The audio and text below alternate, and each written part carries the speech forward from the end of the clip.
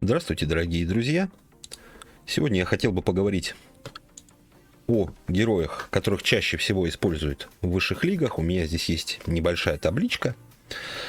Я к ней буду прибегать периодически. Ну и заодно покажу вам их. Может быть, кому-то на старте, например, или в середине своего прогресса поможет это сориентироваться и начать копить на тех героев, которые в будущем пригодятся. То есть, у нас, конечно, идут регулярные ребалансы и прочее, но, может быть, кому-то это поможет, кому-то это пригодится. Кто-то, может быть, немножко пересмотрит свою пачку, если не получается пробить какой-то потолок, там, например, 14-й, там, 10-й лиги. В основном это рассчитано на таких ребят и девчат, потому что, кто играет в высших лигах, им это и в принципе и нафиг не надо, они сами знают, чем играть и как играть.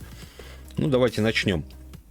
Я эту табличку приложу где-нибудь, там она наверху будет, или в начале покажу ее, посмотрим. В общем, поехали по героям. Итак, чаще всего используемые герои в высших лигах, и на первом месте, как это неудивительно, находится Александрия. Тут даже добавить нечего, это прекрасный герой. Во-первых, она хилит, во-вторых, она накладывает немоту, и еще и очищает союзников, что помогает очень против кристалла. Но она не очищает себя, соответственно, от проклятия кристалла дохнет она замечательно. Также дохнет она и в куче других случаев, и от крысы, и от прочих, но мы сейчас это не рассматриваем, мы берем просто чистую Александрию, как вот она вышла и кого-то там заниматила. То есть призывает она малый дом жизни, который в конце хода хилит вас. В конце хода она также очищает союзников и при атаке накладывает немоту на атакованного врага. Прекрасный герой, ничего тут не скажешь. Задерживаться я ни на каких героях прям долго не буду. То есть в общих чертах, буквально в общих чертах, ребят, вот ее духовные связи, если, опять же, это кому-то будет интересно. И, соответственно, ее максимальное пробуждение. Встречается она 41 раз. 41 пачки. Болтс встречается 38 раз. Он у нас теперь видоизмененный, соответственно, он заиграл по полной программе. Особенно там с дроганами, особенно там, кто играет, например, ту же самую Агонию, он очень неплохо зайдет. Там, в общем, у него применений очень много, на самом деле, у этого героя стало нынче. Перед атакой он призывает, соответственно, свою копию в ряд. При атаке он наносит урон в радиусе 2 клеток врагам вокруг атакованного и умирает. И при смерти еще и наносит урон вражескому генералу, при этом имеет полет. Но у меня болт откровенно слабый, поэтому я его не юзаю. Хотя бы вот такой уже, либо пробужденный на 21 и вернуть его там на 16-21, тогда я его смогу заигрывать. Пока не могу, к сожалению. Но это не отрицает того, что герой сейчас используется очень много. Герой классный. И как бы добавить к этому нечего. По духовным связям быстренько опять же. Вот вам герои. И пробуждение его на максимальном уровне. Вот так он будет выглядеть. Грубо говоря, на первом уровне, на максимальном пробуждении. То есть здорово, здорово. Следующий у нас идет это Йорик. Его я использую сам. Он у меня в принципе неплохо прокачан. То есть на 21-м я его пробудил. Теперь надо будить на 26-м. Потихонечку копится. Наносит урон героям в линии. Здесь он опять же разнится. Вот. В моем случае это 135.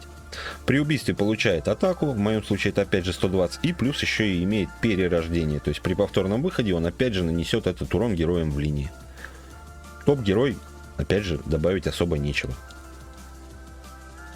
Как видите, здесь слабаков не наблюдается. На последнем пробуждении вот так он будет выглядеть. 35 раз встречался.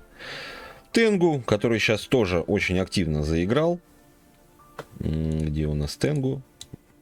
Вот наш Тенгу. При появлении союзника природы дает атаку союзникам, включая себя на один ход. При атаке по вражескому генералу получает атаку. И появление врага при появлении врага снижает атаку врага до единички на один ход. Часто его сейчас используют. Опять же, все это можно даже вот элементарно вот здесь посмотреть. То есть Тенгу. Эти пачки все используют. Нет, смотрите-ка, здесь нету Тенгу. Тенгу, Тенгу, Тенгу. То есть регулярно он сейчас встречается. Пусть, конечно, и не везде далеко, но это показатель того, что действительно герой играет активно и много. Ну вот тоже Тенгу. То есть, в принципе, опять же. Так, сейчас найду его опять. Вот он. По духовным связям у него буквально... Я не знаю, это надо кому-то, не надо. Ну, может, кому-то пригодится там. Ну и максимальное его пробуждение. То есть при появлении союзника природы, ну, статы сильно, конечно, увеличатся. Следующее у нас идет. Это, опять же, природник. Это Морган. Вот. При появлении врага снижает атаку. То есть, видите, много очень снижения атаки. Перед атакой врага крадет атаку у него, у нее и имеет контр-атаку. Ну, опять же, вы видели, там я сейчас показывал, там тоже были много где Морганы. Они действительно много встречаются. 24 раза здесь показано, что он встречался.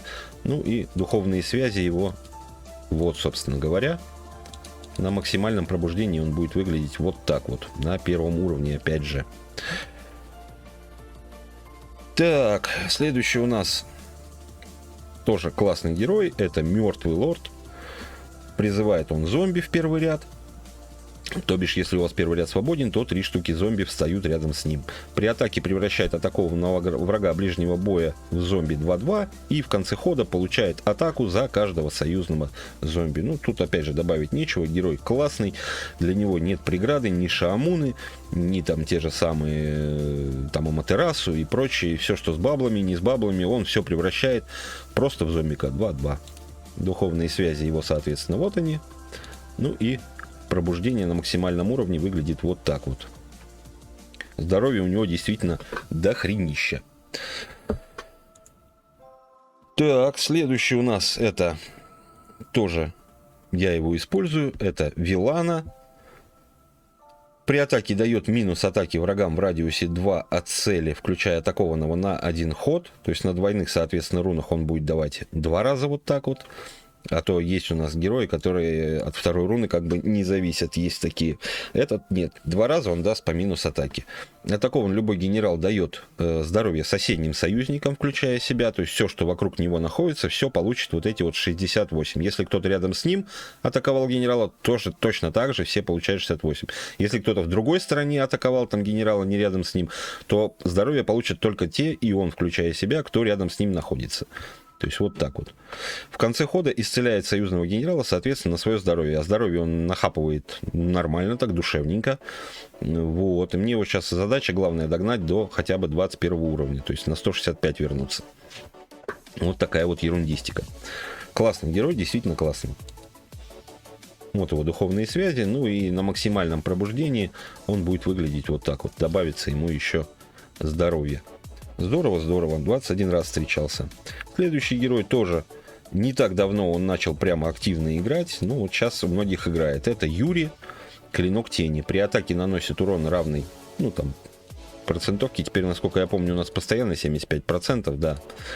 На 75% 3 случайным героям. 75 же, 75. Вот. Перед атакой получает, соответственно, атаку. Ну, в моем случае 29, за каждого врага дальнего боя. И при убийстве призывает 2 руны, ну, в моем случае, опять же, 178 на вражескую клетку. То есть руны будут увеличиваться, атака это будет увеличиваться. Герой действительно классный, то есть там вынести. Ну, просто у меня откровенно по здоровью он проседает, поэтому я, например, не выдерживаю ответные атаки этих... Блин, да что ж такое-то? Арина. Из головы совсем вылетела. Духовные связи. Активно я тоже одно время Юрий использовал, сейчас не использую, она откровенно у меня слабовата. Надо качать, и потом можно будет поюзать. То есть вот ее максимальное пробуждение, соответственно. Опять же, не забывайте, что это первый уровень.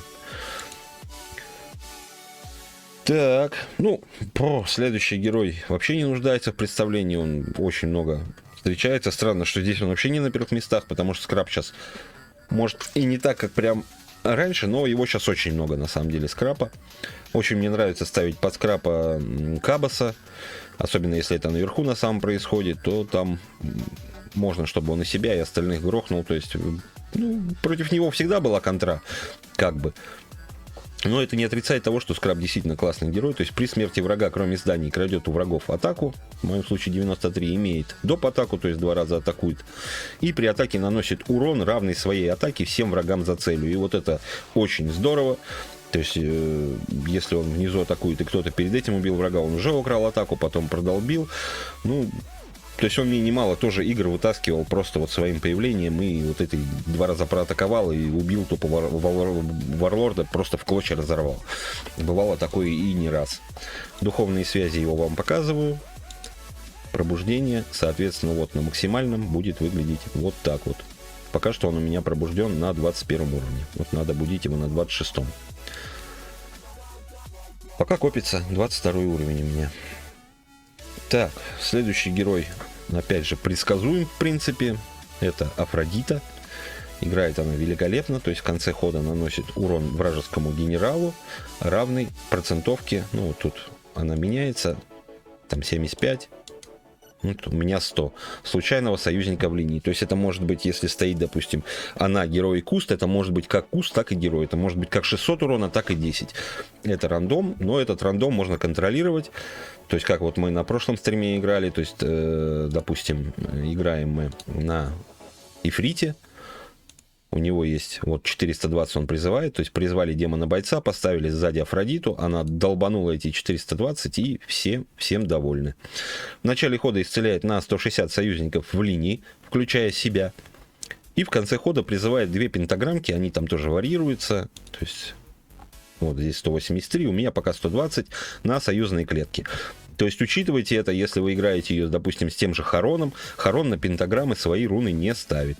Так что учитывайте это. Ну и с другой стороны, если против вас, например, будет играть тот же ТНТ, то он на эти пентаграммы не сможет поставить свои гадкие руны. В общем, все в таком. Действительно топ, без каких-либо вопросов. Вот ее духовные связи и, соответственно, максимальное пробуждение. Вот оно. Так, следующий у нас идет, его я тоже играю, это Харон. Ну, этот дядька вообще не нуждается абсолютно в представлении. Топ из топов. При атаке размещает до 4 рун. 4 руны это у него максималка на клетках вашего поля. В конце хода превращается в кинотаф 0,236 в моем случае. И при атаке союзника, включая себя, наносит 105 случайному врагу хаоса. Опять же, включая себя. Ну, вы все помните особенность Харона. То есть после первого хода он уходит в кинотаф. И после этого хода он, уже возвращаясь, наносит, например, в моем случае 56 урона. То есть где там, ну, здесь 58, 54, у меня 56 он наносит за каждую атаку после кинотафа. То есть это только на первом ходу. А так, блин, об этом герое уже столько говорено-переговорено, мне даже добавить на самом деле нечего. Это вообще топище, играется он очень много. Хотя вот здесь всего 13 раз показано по сравнению с Александрией. Наверное, да, не так часто я его стал в последнее время встречать. Не знаю, с чем это связано, честно говоря. Наверное, просто нашли, ну, кто делает быстрые пачки на атаку, наверное, может быть, прям Харон там и не нужен. Если он на первых ходах не пришел, то после этого он уже нафиг тебе по большому счету будет не нужен. Если только там в некоторых специфических ситуациях. Я, например, его заигрываю, ну и за счет баблов он раздает баблы, то есть в кинотафе он находится, он раздает еще и баблы, когда тебя атакуют. То есть, ну, вообще здорово, не знаю. Я полностью им доволен, меня он устраивает, я его играю, в принципе, регулярно. Вот. Ну и плюс он мне нужен, так как мои камни еще недостаточно у Маргота прокачаны, и мне иногда просто не хватает одинарной атаки, чтобы все снести. Я поэтому ставлю 2 руны обычно перед самым выставлением камней, и после этого там спокойно уже разбираюсь. Ну, по духовным связям выглядит вот так вот. И, соответственно, пробуждение у него на максимальный уровень выглядит вот так вот. Ну, как-то так. Следующий герой тоже всем знакомый и, наверное, многими нелюбимый. Это Доминус. Ну, если он у вас есть хороший, то любимый. Перед атакой получает доп. Атаку. При атаке, то есть, если на первый ход он атаковал, ну, уже, соответственно, 2 раза с этой доп. Атакой, то на свой второй ход он будет атаковать уже 3 раза. При атаке наносит урон врагам вокруг себя в радиусе 2 и исцеляется на сумму нанесенного урона. То есть и атакует, и хилится. При убийстве получает еще и здоровье. В моем случае 99. Вот на 21 будет 125, допустим.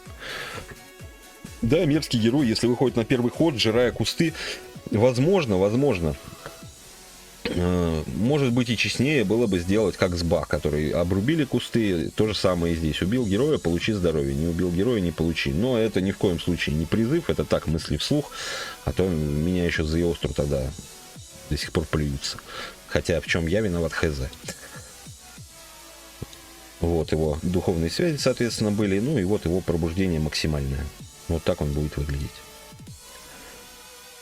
Следующий герой прям рядом. Ой, рядом, вот он. Рядом это Кабас, хозяин пустоши. Я его сейчас играю постоянно. Мне он обалденно нравится. И особенно если хил я не использую в пачке. Ну вот сейчас у меня и Вилана, и Кабас. Раскидывает он блоков очень хорошо. То есть и на себя, во-первых, и на генерала он кидает. То есть это можно замедлить где-то в каких-то ситуациях противника. И были случаи, что я выживал реально. То есть только за счет Кабаса, что он успел блока накидать. А такого он наносит 2 случайным врагам урон, равный 100% атаковавшего врага. То есть если, допустим, Кабаса атакует там, ну, кто угодно, там, например, тот же самый Линшао там, с атакой 200, то Линшао и какой-то другой враг получит по 200. Если 300, соответственно, по 300. Ну и все в таком роде. То есть это, соответственно, прокачивается тоже. Ну, 100% надо держать постоянно, в идеале. При атаке получает блок, соответственно, в моем случае 92. И в конце хода дает блок, в моем случае 62, союзному генералу аж на 3 хода. То есть 2 хода постоял, допустим, Кабас, хотя это не часто ему удается. 124 блока стоит на вашем генерале. Здорово, великолепно. То есть отличный герой, ничего не могу добавить. Вот чуть-чуть мне не хватает, и я его бустану на 21 уровень. Будет еще чуть-чуть посильнее. Соответственно, вот его пробуждение максимальное. И, соответственно, вот его духовные связи. Вот так вот.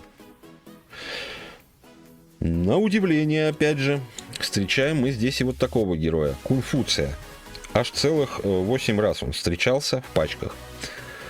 Ну, понятное дело, что прокачка ему нужна соответственно. То есть минимум, вот такая нужна ему прокачка, чтобы играть, ну, более или менее комфортно в первой лиге. Более или менее комфортно, лучше, конечно, больше. Да еще и с пробуждениями, то есть на 21 его будем, на 26 его там будем. Ну, хотя бы на 21 его пробудить, хотя бы. И он уже из себя что-то будет представлять. То есть можно его будет пробовать. Вот я его потихонечку гоню к этому 21-му, никуда не торопясь. Я не занимаюсь накоплением карт, мне что падает, я то прокачиваю, тем и играю. Мне так интересно на самом деле. Но это неправильная абсолютно тактика, поэтому советую вам держать карты на первых уровнях, копить их, потом бустить и, соответственно, уже там продвигаться. Я просто первой лиги достиг, мне что-то сейчас, ну, как бы там задницу рвать из-за карточек, никакого желания нет. И на самом деле вообще мотивация выпускать вот именно ролики падает, потому что, ну, все, что я хотел рассказать об этой игре, в принципе, в свое время я рассказал. Сейчас вот только вот так буду, вот в основном для тех, кто вновь пришедший, то есть им, наверное, это будет полезно. Всем, кто смотрит меня уже давно, ну, наверное, это такая побочная информация. Ну, крайне благодарен всем, кто посмотрит. А такого он призывает 4 руны, ну, в моем случае, опять же, 24 на случайные клетки, ну, вот на 11 уже 38 будет. То есть, к вопросу, почему я его не юзаю сейчас. Ну, здорово, что он имеет невосприимчивость и при смерти врага дает плюс 33, в моем случае, атаки союзникам за каждого врага. Классно. То есть он там разбафать может просто неимоверно. Вот у него здесь увеличится все это, соответственно. Вон такие рунки будут выходить. Ну, классно, да, здорово. Действительно. Но я его пока, конечно же, с такой прокачкой у себя не вижу. Вот его духовные связи. Так, вот это уже неудивительно. Мне встречался он тоже последние разы несколько раз. Айравата. Ну, конечно же, он встречался мне уже пробужденным. Вот так вот, да, вот он был пробужден по-любому. То есть не на 21-м даже уже, а на 26-м, потому что он там хилил там за 200 что-то там с хреном. Потому что здесь мы максималку можем видеть вот 187, а он там хилил 212 или 214, что-то такое. То есть это по-любому уже 26 уровень был пробуждения. Завалить-то я его завалил, конечно, но это отняло у меня очень много сил, и партия затянулась очень надолго, то что он просто тупо, блин, я его вообще не пробивал, а он вокруг себя все хилил и прочее. Получает сопротивление на 3 хода. Помните, изначально он был с постоянным сопротивлением, теперь ему благо дали на 3 хода, потому что с постоянным это была бы вообще жесть. Пробуждение даст ему больше сопротивления. Вот. Союзный генерал атакован, соответственно, исцеляет его или ее на 79, в моем случае, и атакован соседний союзник, включая себя, исцеляет соседних союзников на 53, включая себя. То есть жестко вообще, он хилится там просто жестко, и при этом у него еще и невосприимчивость к немоте. Вот это вообще ужасно, конечно. И если выходит такая дура, то там, блин, ну, могут возникнуть определенные трудности. То есть когда у него еще и вот столько здоровья, блин, там больше даже там за 500, блин, и, короче, такой неприятный типок. Но опять же, Мертвый Лорд не отменялся никогда. У него невосприимчивость только к немоте, а не полная невосприимчивость. Соответственно, превращается только так в зомбика 2-2, и никаких проблем у вас не будет. То есть вот такие вот, блин, переплетения хитрые. По поводу духовных связей выглядит вот так вот. Ну и, соответственно, пробуждение максимально у него выглядит вот так вот. Здоровья у него действительно много. Здоровья у него действительно много. Следующий. Это наша прекрасная, опять же, природница. Природников много, да. Это Бастет, которая у меня нифига не прокачана, которую надо, ну, хотя бы на 16-м мне тоже, да, пробудить. В принципе, карточки есть для пробуждения на 16-м. То есть, ну, наверное, продолжу пока копить еще. Вот, соответственно, Бастет что у нас делает? Она наносит урон всем героям, при убийстве получает плюс 20, и при смерти союзника наносит урон врагам. Если она у вас нормально прокачана и нормально получает атаки, то вот в такой пачке не отряд, сейчас, секундочку, вот, то вот в такой пачке с Бастет мы берем просто первое умение болельщицы. Сейчас я даже на себе покажу, просто у меня тоже болельщица есть, я уже и забыл об этом. Так, где она? Вот, Трикси болельщица. Призывает 4 ведьм, 62 на 1 ход. Но это не в том суть. Она призывает этих 4 ведьм.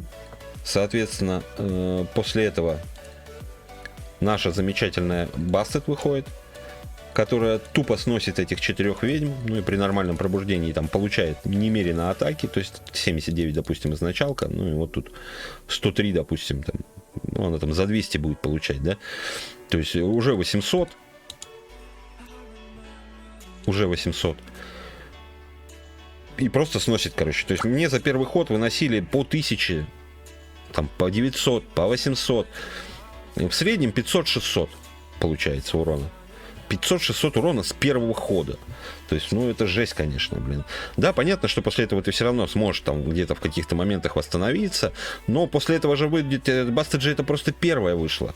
Она первая вышла, после этого выйдет там крыса, например, после этого выйдет там еще кто-нибудь там, если даже на природе, тот же Морган выйдет с 500 атаки. Тот же вон этот выйдет, Кернун там с немеренным количеством атаки, я не знаю, Шершах выйдет там, да кто угодно, даже тот же самый Йормун с кучей атаки выйдет и вас просто снесут. То есть, ну, вот такая вот тема. То есть, Бастет играет, но под нее нужна, конечно, пачка определенная, под нее нужны герои. Следующее у нас это, к порядку мы возвращаемся, это наша замечательная магичка Блэр.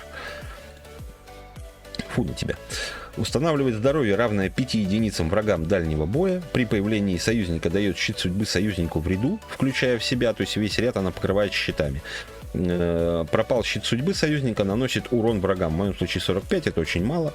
То есть вот надо вот здесь вот будить ее на 21-м, после этого она уже поболее будет наносить. Ну, на 26-м, соответственно, еще больше, и на 31-м еще больше. То есть все остальные ее умения не трогаются, у нее растет только вот урон за щит судьбы. Вот такие пирожки. Тоже коплю ее, коплю потихонечку, копится. Ну, вот надо на 21 ее загнать, пробудить и копить дальше. Вот такие пирожки. Ну, герой действительно классный. По духовным связям ее вот так это выглядит. Ну и пробуждение максимально вот так выглядит. Ну и следующее у нас, опять же, мы возвращаемся в природу. Это Шершах. Тоже всем знакомый давным-давно засранец.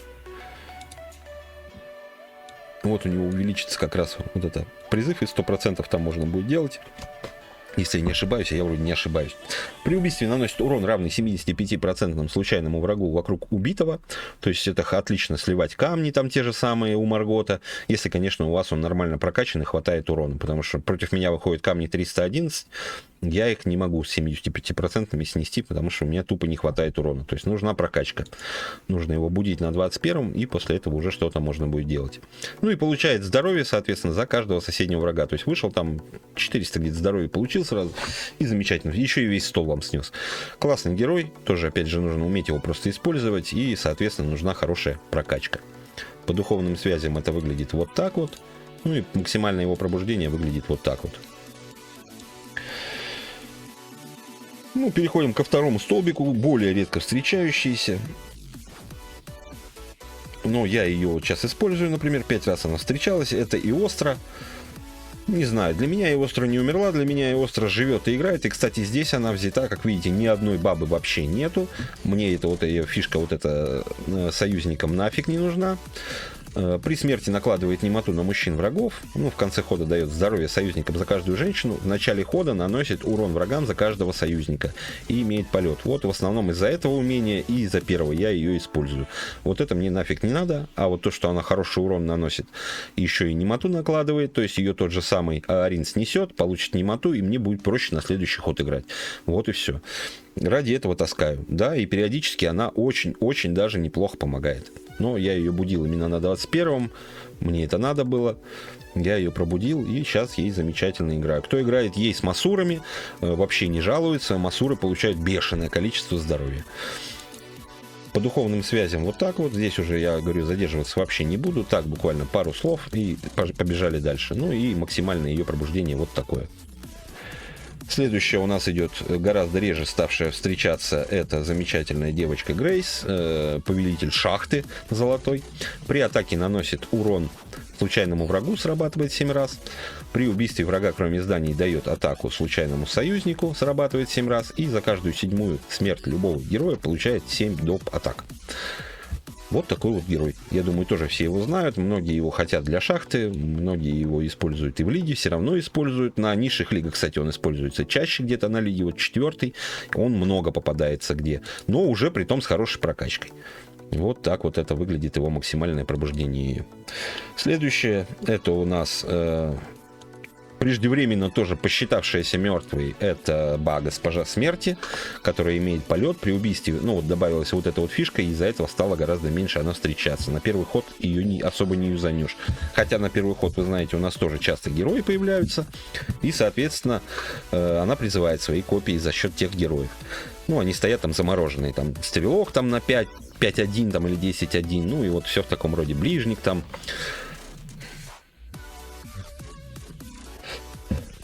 При убийстве, кроме зданий, призывает свою копию на случайную клетку в ряду. В конце хода дает атаку союзникам, кроме порядка. Ничего, на самом деле, для меня лично особо не поменялось, ну, кроме зданий. Ну, вот такая она теперь. Наверное, это, с одной стороны, честно, на первый ход никто не будет выигрывать. Ну, замечательно, замечательно. Мы убрали вот этот прям буст на первый ход. Хотя здорово, когда он у тебя у самого получается, это просто великолепно, но это получается далеко не всегда. Обычно у тебя встает, если ты ставишь, например, чтобы что-то убить на вторую клетку, он у тебя поставит на первый ряд, а ты сам, соответственно... на первую колонку, а ты, соответственно, убьешь, и он поставит ее в первую колонку. И хрен ты что получишь с этого толком. И тебя потом тупо разметелят, и все. А у компьютера, да, он срабатывал четко, 4 в ряд вставало. Замечательно вообще. Классно. Связь душ. Ну и, соответственно, максимальное ее пробуждение выглядит вот так вот. Следующее у нас идет, это... тоже, на удивление, кстати, редко здесь показано. Это Грут. Показано, что он 4 раза встречается за отыгранное количество игр. Соответственно, это у нас 50 игр. Вот, у меня Грут встречается практически в каждом матче. Ну, через один точно. То есть накладывает немоту на врагов в линии, включая здание. В конце хода получает плюс 60, ну, в моем случае плюс 67 и имеет блок, в моем случае 20. То есть вот за счет этого он накладывает немоту на врагов в линии, он и топ. То есть полностью весь ряд, грубо говоря, убить на умение, это про него. Здорово, здорово. Плюс на здание накладывает, что очень важно. Хотя Александрия тоже накладывает на здание. Но Александрия может не добраться до здания, а Грут доберется. Вот все в таком духе. Его духовные связи, соответственно, ну и максимальное пробуждение. Он у меня даже на 21-м еще не пробужден, но для Грута это не шибко и важно. Да, конечно, здорово, когда у него до хрена здоровья, и он долго может стоять, но если нет, то главное от него немоту дал, и молодец. Так, следующая у нас девочка-стрелок, это Тайлин, танец дракона, вреднющая зараза, которая перестала прям постоянно встречаться после того, как Мушу убрали полет. До этого у Мушу был полет, кто не знал. Это был вообще ад на земле. Призывает 4 дракончика Мушу, центральный ряд. Атакованный враг наносит урон его и ее соседним врагам. И в конце хода получает атаку за каждого союзного Мушу. Вот. А эти Мушу после окончания хода вашего еще и наносят урон раненым врагам. То есть 4 Мушу стоит, 4 плюшки получат раненые враги. Ну, здорово, да, здорово. Когда не против тебя они выходят, и ты еще сделать ничего не можешь, и тебе придется ударить Тайлин и получить там хреновую тучу урона. Но герой классный, герой я периодически использую, просто, ну, в мой стиль игры на данный момент она вообще не вписывается, абсолютно не нужна. Ну, кстати, даже как герой последнего шанса иногда очень здорово прокатывает, когда ее ставишь прям вот под героя какого-то, и там у противника осталось там 200-300 урона, и она их нанесет. Ну, здорово, здорово, да, классно. Вот ее духовные связи, ну и, соответственно, вот ее максимальное пробуждение. Следующий у нас идет это Виксен. Тоже я всегда говорил, что герой классный, но у меня прокачка слабая, поэтому мало я его могу использовать, откровенно слабая. Просто любой Йорик вышел и снес его к чертовой матери. Вражеский генерал атакован, замораживает случайного врага. При появлении врага крадет атаку у замороженных врагов, которая потом, соответственно, используется в третьем умении. В начале хода наносит урон, ну, в моем случае 75%. Насколько я помню, он должен увеличиться. Да, вот он увеличится на следующем уровне. Пробуждение на 21-м, то бишь надо будить на 21-м. Вражескому генералу. То есть, я говорю, вот он наворовал атаки, а потом еще и долбанул ей по вражескому генералу. Классно, классно. Вот. Ну, действительно, вот пока вот смотрю эту табличку и вижу, что шлака действительно нету. Просто нету. Вот, вот его максимальное, соответственно, пробуждение. Вот так он будет выглядеть. Следующий Фредди, который тоже после изменения заметно поугас, поменьше стал играть, но все равно регулярно встречается, особенно кто играет на проклятиях, кто играет с Грэмори, вообще классно заходит. Да и без нее он сам по себе сила в себе. Накладывает проклятие, в моем случае 95 на врагов, кроме хаоса. Вот эта вот приписочка, кстати, очень важная. При смерти, потому что сейчас хаоса играется довольно много. При смерти вселяется в случайного врага, кроме зданий, 3 раза. И при смерти накладывает кровотечение на врага, в которого вселился, чтобы побыстрее его слить и вылезти. Вот. И каждый раз, когда он будет выходить, он опять же будет, если не ошибаюсь, накладывать проклятие. Слушайте, а вот я вот эту, кстати, тему не помню. Давайте мы с вами пойдем и посмотрим. Кто у нас там? Так, возьмем мы Ифрита и возьмем Фредди. Вместо кого? Да вот вместо Харона того же самого. И пойдем с вами посмотрим это в потасовку. Потому что вот эту тему я не помню. Давно я Фредди не играл. И, честно говоря, довольно давно его не встречал. И мы с вами сейчас как раз и проверим. Так, вот Фреддик. Давайте сразу ставим. Вот 3 проклятия, соответственно. Они вот здесь лежат. Он решил не убивать. Ну, будем надеяться, что в Фредди он не попадет. Да, не попал. Угу. Ну, сейчас как раз и проверим мы с вами. Сейчас мы прям не проверим. Сейчас кого-то он выставит, Фреддик сдохнет и в него войдет.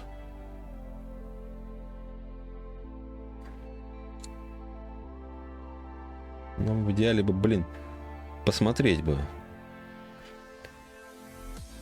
Ай, зараза. А, вот еще 127 он нанес.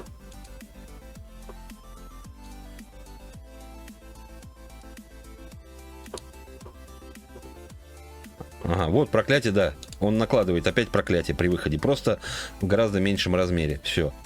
Теперь четко.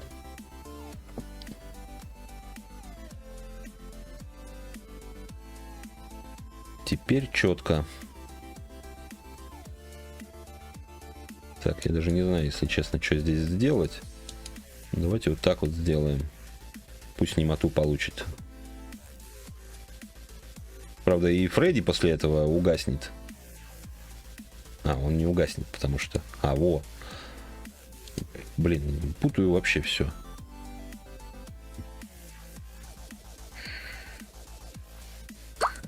Ладно, здесь мы проиграли, понятно. Но проклятие он накладывает. Это мы вспомнили. Тогда здесь и останемся, наверное, в потасовке, чтобы я, если что-то забуду, опять вспомнил. Так, отряд. Сразу поставлю, чтобы не забыть. Корона. Так, с Фреддиком разобрались. Практически, да? Духовные связи, вот они. Ну и максимальное пробуждение, вот оно. Неплохое проклятие. Ну, на прям в высших лигах не особо такое и мощное. Так, следующий у нас идет, это как раз Йормун Грант. Я его тоже активно юзал, он очень хорошо помогает во многих ситуациях застопорить противника, там нахапать здоровье, после него можно Афродиту напротив него, ну, за ним поставить, точно так же урона очень хорошо принесет. Ну и приятная плюшка вот эта. То есть перед атакой замораживает двух случайных врагов. При убийстве союзником, включая себя и генерала замороженного врага, наносит 118 врагам вокруг замороженного. В моем случае 118, урон будет расти. Вот. И в конце хода получает, в моем случае, 130 за каждого замороженного врага. То есть двух заморозил, хоп, 260 получил. Прекрасное, по-моему, дело. Классный, нереальный герой. Многое тоже я его очень юзал. Помогает, действительно. Ну и вот его максимальное пробуждение. Так, ну, Ахарин. Гораздо реже сейчас встречающийся. Перед атакой врага наносит. Хотя все, кто ходят с Марготом, очень много Ахаринов. Очень много Ахаринов встречается, у кого Маргот. Из-за того, что ставишь его напротив Маргота, если враг первым поставил камни, например, ставишь его напротив Маргота, напротив того же Ахарина, Ахарин в тебя лупит, соответственно, промах, а ты лупишь в камни там или еще куда-то и сносишь к чертовой матери Ахарина вражеского и камни. Перед атакой врага наносит фантомную атаку ему ей. В начале хода крадет атаку у раненых врагов и при смерти дает минус атаку всем врагам, в моем случае 236, и имеет уклонение. Вот. Духовные связи, соответственно, вот они. И пробуждение на максималку, вот оно. Так. А вот этот герой сейчас стал встречаться, да, гораздо чаще после своего изменения. Это Аполлон. При появлении врага дает щит судьбы. Ну, вы только что видели работу Аполлона. Щит судьбы двум случайным союзникам, включая себя. Пропал щит судьбы у любого героя на поле, дает атаку союзникам, включая себя. И при смерти снижает атаку врагов. Прекрасно. Вообще классно. Классный герой. Действительно стал. Сделали, вот забалансили вообще отличного героя. Вот его пробуждение. Так. Артурка. Следующий наш герой этого выпуска. Где ты, Артурка? Вот ты, Артурка. Перед атакой призывает колотболк, ну, в моем случае 0,270 позади себя. При атаке добавляет один заряд этой колотболги. И в конце хода дает плюс 86 союзникам, включая себя. В моем случае, опять же, это все тоже растет. Опять же, отличный герой. Если кому-то интересно, то вот давайте быстренько опять же одну игрульку сыграем. Проиграем, выиграем, абсолютно неважно. Ну, сейчас Артурку посмотрим. А вот как раз и Артурка. Вот сразу я его, допустим, выпускаю. Вот он, колотболга. Вот он дал всем по 86 здоровья. Все получили это самое здоровье. Отлично, отлично. То есть можно не париться. Сейчас Артурка его все равно заморозит. Заморозил, здоровье всем раздал. Прекрасно. Так, я даже не знаю, а стоит ли. Не, наверное, вот в этом случае стоит. Ну, так вот сыграли, опять же, хоп, всем здоровья дал. Наверное, не стоило, да?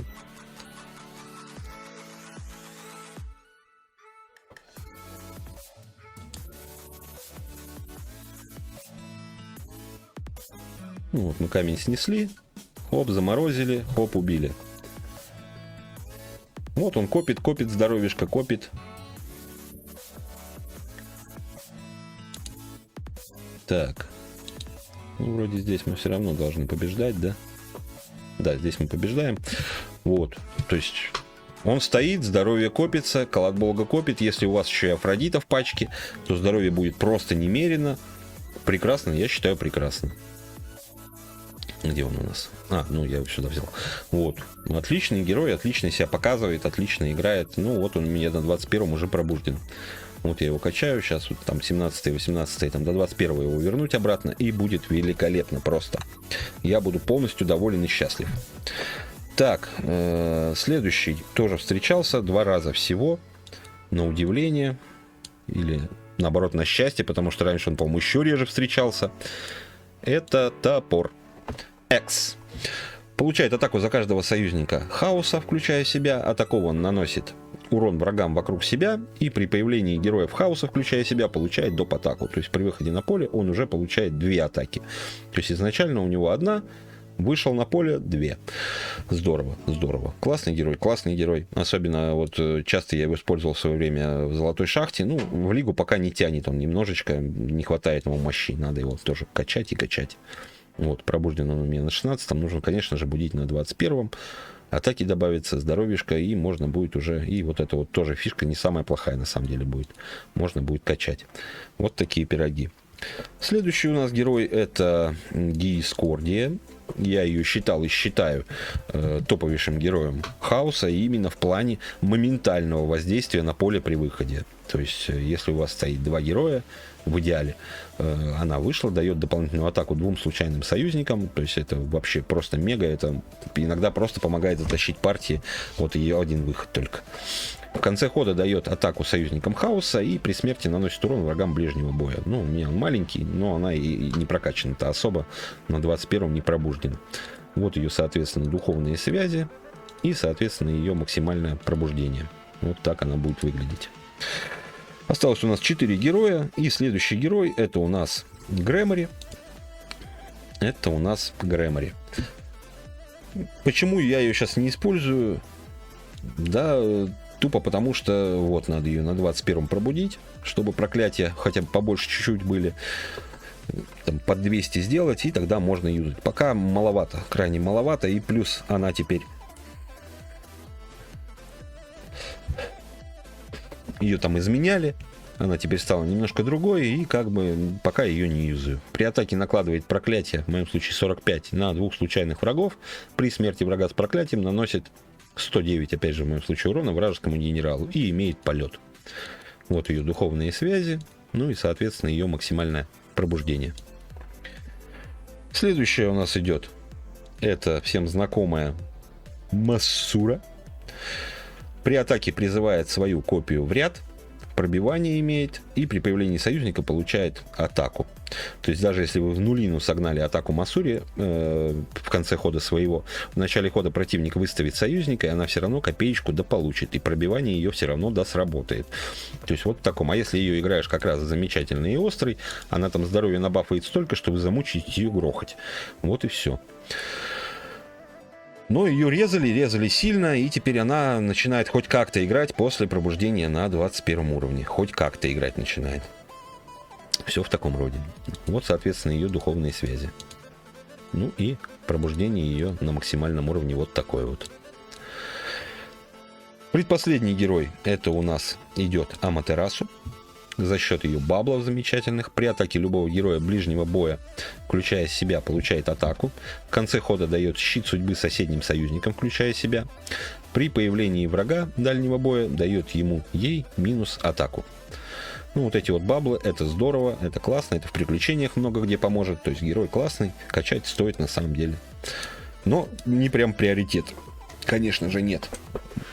Приоритет — это вот то, что я вам в самом начале называл. Они действительно играют при любых раскладах. Классные герои. Ну и, соответственно, ее пробуждение дадут вот так вот. Вот такие вот пироги. Ну и последний герой из этого столбика. Дальше я уже упоминать не буду. Буквально только пробегусь просто. Это... где она? Это Ангелия. Ангелия светоносная. При атаке наносит урон 3 случайным врагам, кроме порядка. Ну, это как бы уже призывает к тому, чтобы ее юзать чисто в сборках порядка, но это не так. Если у вас, допустим, все это стоит еще под Вилана, вы потом выпускаете Ангелию, она там просто, ну, противника героев поубивает, своих вы не поубиваете. Да много вариантов есть, когда как бы она убивает противника, но не вас. Ну и по вам может влупить, это всегда надо учитывать. При появлении врага дает щит судьбы союзному генералу и имеет блок с полетом. Здорово, здорово, классный герой, действительно классный. Вот ее духовные связи. Тоже много ее юзал, но вот сейчас вот надо мне ее будить на 26-м уже даже уровне. И после этого будем посмотреть. Пока что вот так вот. Ну и теперь буквально... Третий столбик, который здесь присутствует, это герои, которые встречались по одному разу. Мы буквально бегом пробегаемся по нему. Это Драгара. Вот так она выглядит. Это Госта, которая, кстати, мне встречается в последнее время на удивление часто, наоборот. Это Ханза. Вот это точно нечастый герой в наших топах, да? Ханза Великий. Вот так он выглядит. Это, так, у нас, по-моему, Хаус. Да, это Хольда. Вот такая вот девочка. Это Худу. Вот он. Худу наш. Давно уже, кстати, Худу не видел. Это Мадам Агония. Тоже нечастый герой, но если она встречается, обычно я из-за нее проигрываю. Частенько, во всяком случае. Герой классный. Это Мина. Вот так она выглядит. Отлично играет с белым медведем. Это у нас мистер Флэп. Или Лоскут. Мистер Лоскут.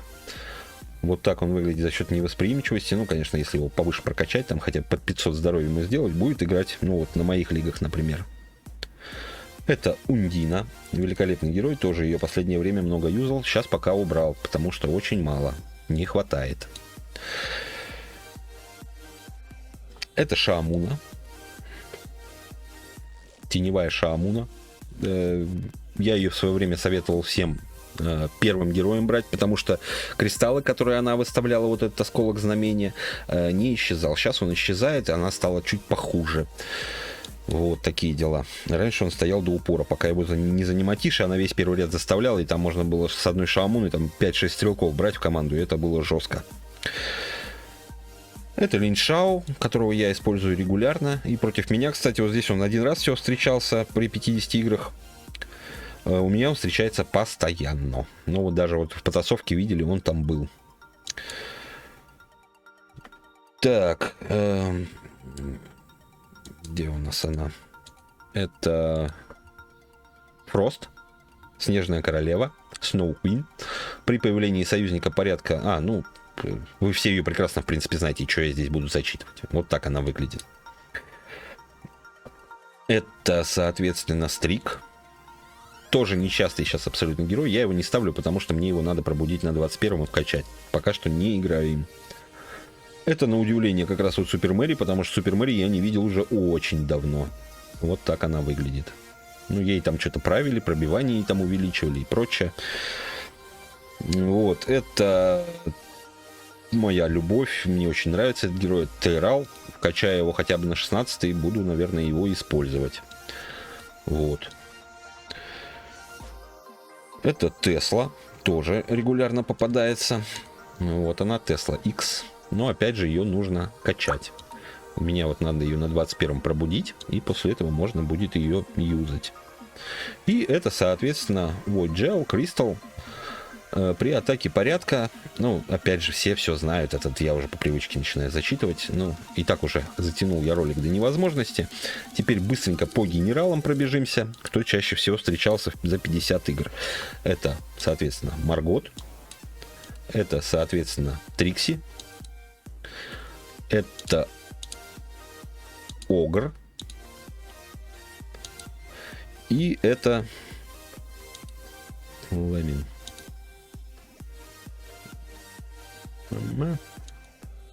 Где он там?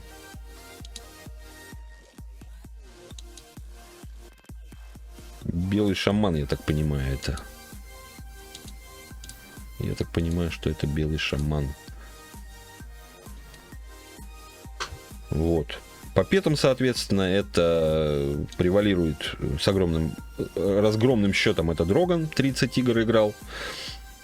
Глиди играл 13 встречался в играх. И 7 игр это встречался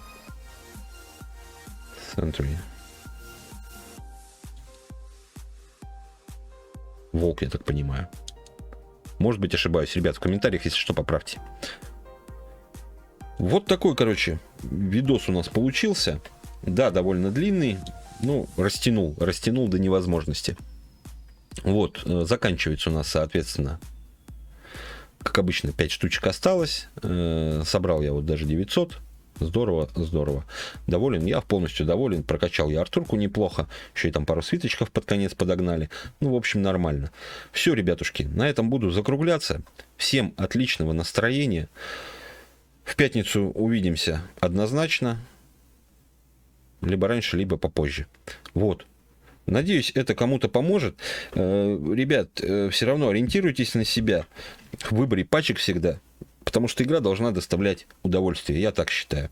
Потому что, как видите, у меня половина героев из этого, ну, как бы часто встречающихся, это не топ. Это самые часто встречающиеся именно герои.